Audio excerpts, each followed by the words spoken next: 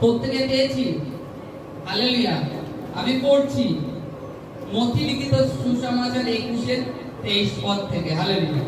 পরে তিনি ধর্মধামে আসিলে পর তাহার উপদেশ দিবার সময় প্রধান যাজকেরা লোকেদের প্রাচীন বর্গরা নিকটে আসিয়া বলিল, তুমি কি ক্ষমতায় এই সকল করিতেছ?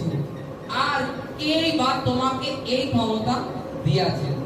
যিশু উত্তর করিয়া তাহাদিগকে কহিলেন, আমি তোমাদিগকে একটি কথা জিজ্ঞাসা করিব, তাহা যদি আমাকে বলো, তবে কি ক্ষমতায় এ সকল করিতেছি তাহা আমি তোমাদিগকে বলিব।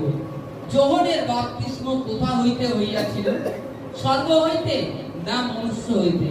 তখন তাহারা পরস্পর তর্ক করিয়া বলিল, যদি বলি স্বর্গ হইতে, তাহা হইলে এ আমাদিগকে বলিবে, তবে তোমরা তাহাকে বিশ্বাস করো নাই কেন?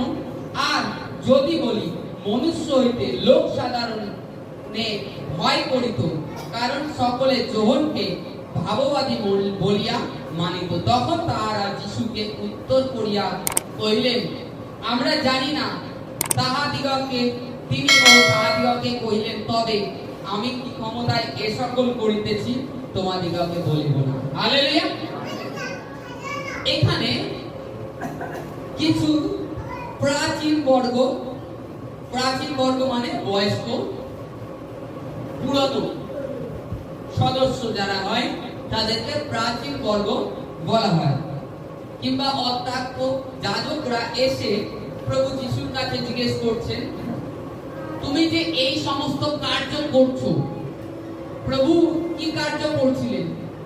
তিনি কার্য করছিলেন, অন্ধকে দৃষ্টি দিচ্ছিলেন, মৃতকে জীবন দান করছিলেন, কুষ্ঠকে সুস্থ করছিলেন, প্লাস তিনি ধর্মধামে গিয়ে উপদেশ দিতেন কি, তোমরা মন ফিরাও, স্বর্গরাজ্য তোমাদের সন্নিকট হয়েছে, স্বর্গরাজ্য তোমাদের কাছে চলে এসেছে, তোমরা মন ফিরাও, পাপ ত্যাগ করো, অন্ধকারের কার্য ত্যাগ করো, চুরি করো না, মিথ্যা কথা বলো না। এই সমস্ত বিষয় প্রভু শিক্ষা দিতেন, তাদেরকে বলতেন। হালেলুয়া। তাদেরকে বলতেন। তখন সেই প্রাচীন বর্গরা তাকে প্রশ্ন করে পাঠালো তার কাছে গিয়ে, যে গুরু, আপনি যে সকল কার্য করছেন, একে আপনাকে পাওয়ার দিয়েছে এই করার জন্য? কে ক্ষমতা দিয়েছে? কি রাজা কৈশোর দিয়েছে আপনাকে পাওয়ার? না পিলাত দিয়েছে, না হেরোদ দিয়েছে। যীশু খ্রিস্ট তখন তাদেরকে কি উত্তর দিলেন? তিনি বললেন যে ঠিক আছে, আমার প্রশ্ন যেটা তোমরা করেছো আমাকে, আমি অবশ্যই তোমাদের এই প্রশ্নের উত্তর দেব। আমি এই যে করছি ঈশ্বরের সুসমাচার, এটা অবশ্যই তোমাদেরকে উত্তর দেব, কিন্তু তার আগে তোমাদেরকেও আমার একটা প্রশ্নের উত্তর দিতে হবে। হালেলুয়া। তোমাদেরকেও আমার একটা প্রশ্নের উত্তর দিতে হবে। কি প্রশ্নটা? যোহন যে হঠাৎ আসলো, এসে প্রান্তরে বাপ্তিস্ম দিতে শুরু করলো আর বললো, তোমরা মন ফিরাও, স্বর্গরাজ্য সন্নিকট। তা যোহন যে ভাববাদী, সে স্বর্গের থেকে না মানুষের থেকে? হালেলুয়া। বলছে সে স্বর্গের থেকে না মানুষ থেকে। তখন তারা বিবেচনা করছে, করে দেখছে, যদি আমরা বলি স্বর্গের থেকে, তবে এ আমাদেরকে প্রশ্ন করবে, তবে তোমরা কেন বিশ্বাস করোনি? আর যদি বলি মনুষ্য হইতে, তাহলে পাবলিক এসে আমাদেরকে মারবে। হালেলুয়া। যদি বলি মানে লোকের যোহনকে বাপ্তিস্ম দেওয়ার জন্য তৈরি করেছে, তাহলে লোকে পাবলিক এসে আমাদেরকে মারবে। কারণ যোহনকে সত্যিকারের ভাববাদী বলে তারা মানতেন। এখানে যীশু খ্রিস্টকে প্রশ্ন করলেন, যীশু খ্রিস্ট পাল্টা তাদেরকে বুদ্ধিপূর্বক একটা প্রশ্ন করলেন। এটা কি করে তিনি করলেন? প্রথম প্রশ্ন, তিনি কি করে এইরূপ একটা প্রশ্ন তখন উৎপন্ন করলেন? তাদের কাছে বললেন, তোমাদের কাছে যদি কেউ এসে বলে তোমরা যে এখানে সুসমাচার করছো, এটা কে পারমিশন দিয়েছে? লোকে পারমিশন দিয়েছে, তাহলে স্বর্গের থেকে উদাহরণস্বরূপ তখন তোমরা কি উত্তর দেবে? অনেকে ঢং করে যাদের বিশ্বাস গভীর মূল অবধি পৌঁছায়নি, যাদের মধ্যে পবিত্র আত্মা এখনো সেই সম্পূর্ণ দিক থেকে কার্য করতে পারে না, তারা উত্তর করবে এটা গোপাল্লা করছে প্রথমে। হালেলুয়া। কি বলবে? গোপাল্লার ঘাড়ে বন্দুকটাকে রেখে দেবে, টেনে দেবে। যারা প্রভুতে এখনো পাকা নয় তারা বলবে গোপাল্লা করছে, গোপাল্লার বাড়িতে হচ্ছে প্রথম বন্ধু। আর যারা প্রভুর পবিত্র আত্মায় পরিপূর্ণ হবে তারা কি উত্তর দেবে? ঈশ্বরের ইচ্ছায় এটা হয়েছে, আজকে ঈশ্বরের ইচ্ছায় হয়েছে, তাই আমরা এখানে উপস্থিত হয়েছি। আর এখানে এসে তোমরা কি করো? এখানে এসে আমরা ঈশ্বরের শান্তিকে অনুভব করি, সেই স্বর্গ রাজ্যের আনন্দটাকে উপভোগ করি। তারা উত্তর দেবে। কিন্তু যারা অবিশ্বাসী, যাদের বিশ্বাস এখনো পরিপূর্ণ প্রভুতে নেই, তারা বন্দুক টেনে দেবে সোজা গোপাল্লা করেছে।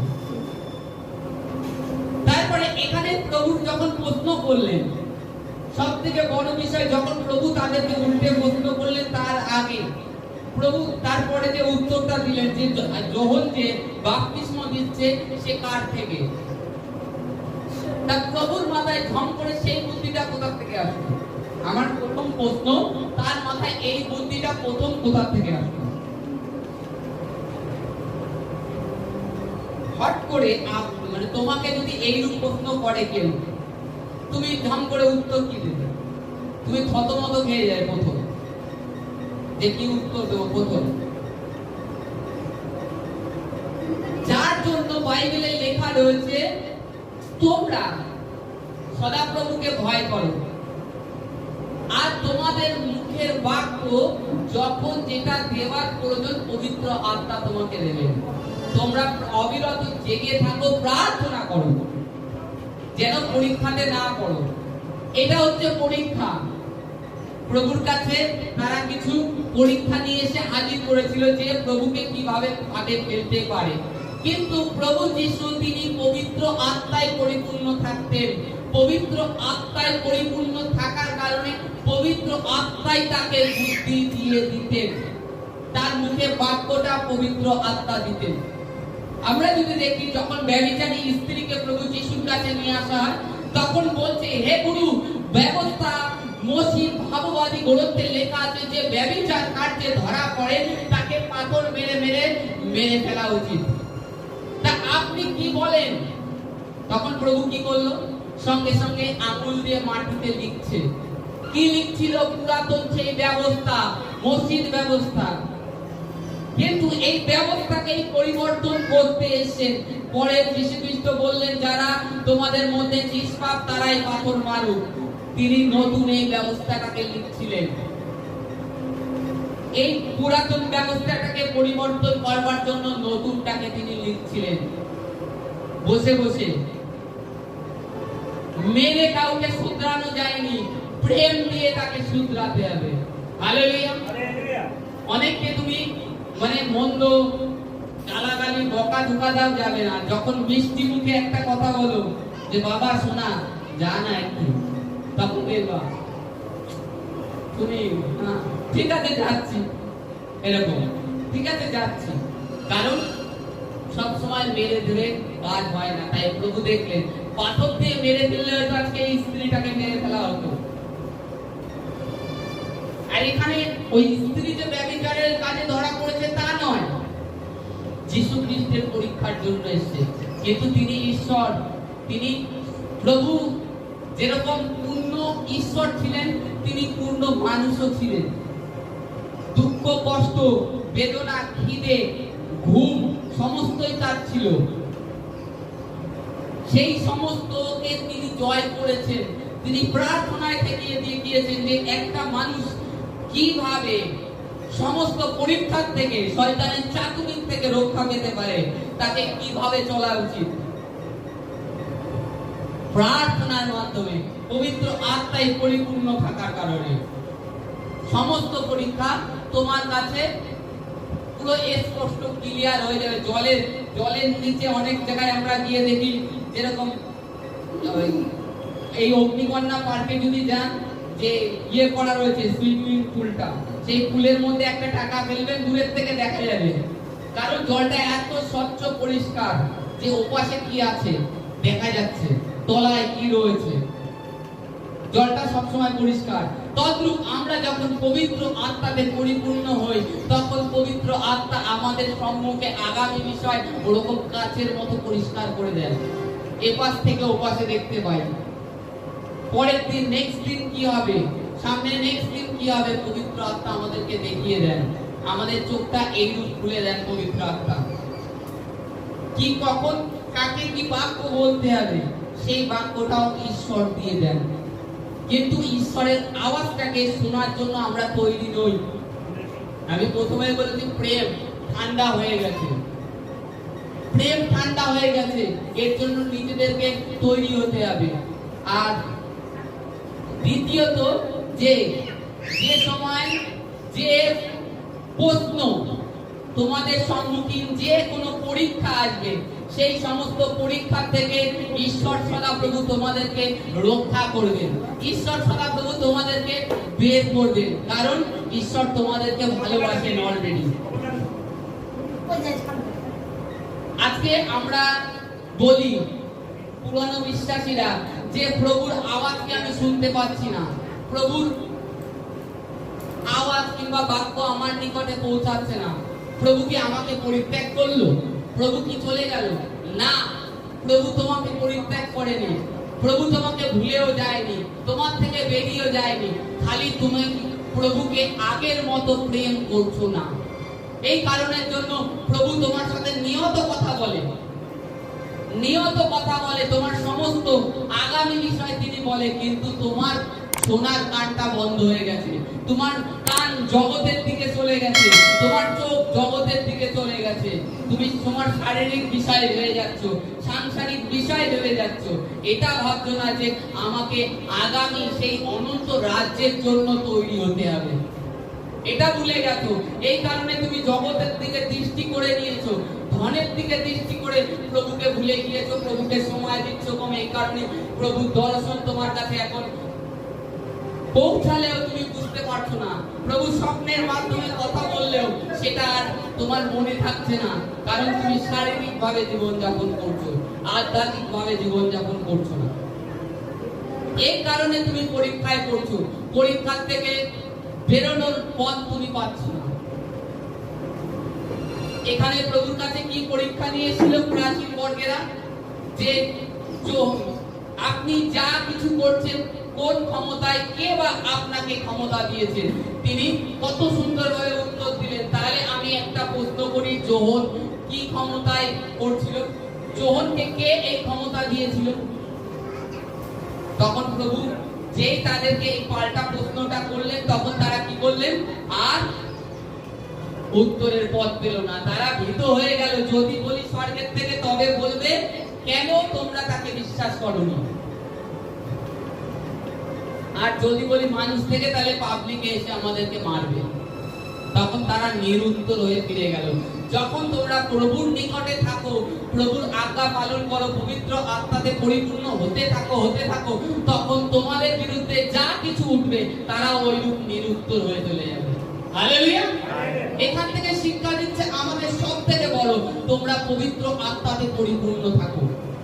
পরীক্ষা আসবে না তা নয়, স্বয়ং যীশু খ্রিস্টকে শয়তান পরীক্ষা নিয়েছে, স্বয়ং যে সৃষ্টির মালিক, যে সৃষ্টি সমস্ত নির্মাণ করেছেন, তাকে শয়তান অবধি পরীক্ষা নিয়েছে। তাহলে তুমি তো সাধারণ মানুষ, ধুলো সমান, মাটির ধুলো সমান, তোমার আয়ু বাষ্পের স্বরূপ, তাহলে তুমি কতটা নয় পরীক্ষায় পড়বে।